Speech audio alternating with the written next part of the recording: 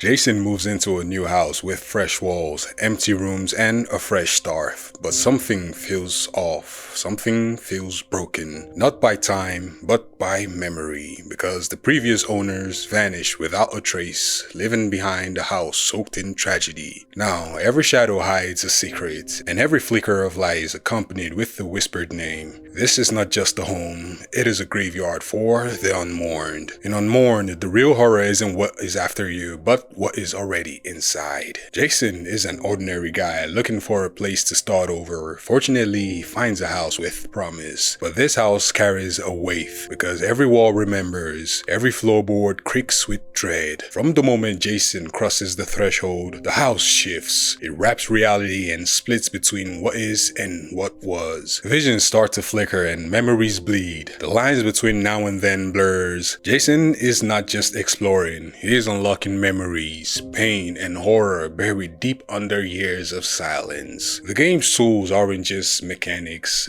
they are metaphors. We make use of a night vision camera because the darkest truths hide when the lights goes out. We also make use of a camera to reveal hidden spirits and messages because reality often needs a lens to show its cracks. And finally, there is a sanity system to measure Jason's sanity because the longer he dwells in darkness, the more the house leaks into his mind. And fear, memories, and guilt all come alive. This is not a haunted house you fight, it is a memory Jason must survive. With every light switch and every camera flash, Jason clings to his sanity because once it slips, the house doesn't just haunt him, it owns him. The core of Unmourned isn't a ghost, it's a story, a tragic disappearance of a family which were the previous owners. A family with hope, memories, and lives just vanished. No goodbyes, no final messages, just nothing. But their souls didn't leave, they lingered. They're trapped between walls, between time, between grief and silence. The house became a tomb, not for their bodies, but their memories. And those memories crave to be remembered. Every vision Jason sees, every whisper he hears in the dark is not just haunting, it is a plea, a cry, and an echo of lives forsaken. Jason doesn't just wander into rooms, he walks through memories. Reality fractures as he jumps into the house's past. We see flickering lights and figures in motions. Doors that don't exist anymore keep opening and rooms get rearranged. Jason sees what the family saw in their final moments.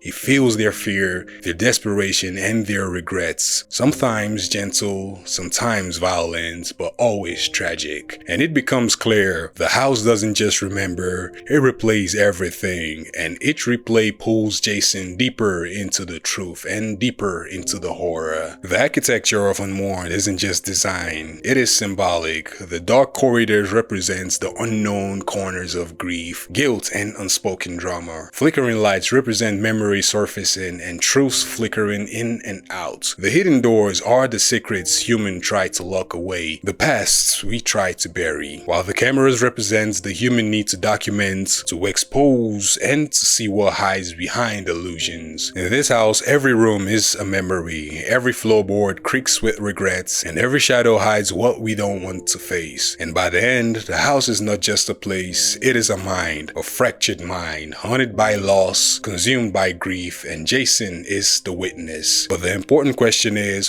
who are the unmourned? Jason never meets them directly, he only sees glimpses, shadows, and silhouettes. But through each flash and each echo, their identities form. A mother reaching out, a crying child, a father pacing, doors slamming, footsteps fading, and the silence that is deafening. They're not ghosts, they are memories, unfinished, unreleased, and unmourned. Each vision paints them with sorrow. Each room weaves their story with despair, showing their final moments before the disappearance, just lingering and waiting for someone to remember. And Jason is the first person to truly see them. Horror in Unmourned is not just supernatural, it is deeply human. It is grief that was never allowed to heal, guilt that was never confronted, and regret that was never voiced. voiced. The house doesn't just trap souls, it traps pain. Pain of loss, pain of absence, and pain of silence. The more Jason sees, the more he feels, not just for the dead, but for himself. Because by the end, the horror stops being them, it becomes Jason. And as Jason puts together the fragments, he finds a hidden door, a passage which was meant to remain sealed. And behind it is the final memory, which was the last night, the final moments before their disappearance. Jason experiences this loss, despair, and the slow collapse of hope. And there he faces a choice. Does he flee and escape the madness, or does he stay and confront the pain? Bear witness to the tragedy and remember, because some stories demand to be seen, and some souls demand to be heard. But even after the final door closes, the echo remains, because Unmourned is not just a game, it is a statement which tells us memory matters, grief should not be silenced, and every life, no matter how small, deserves to be remembered. The house doesn't end,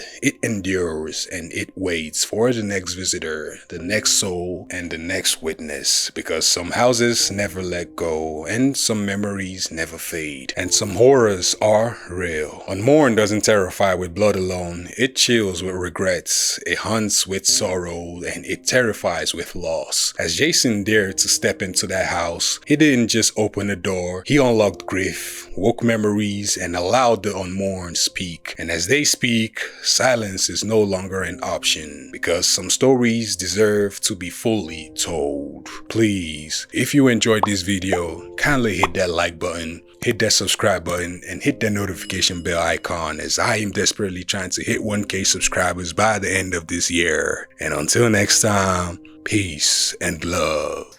Incredible.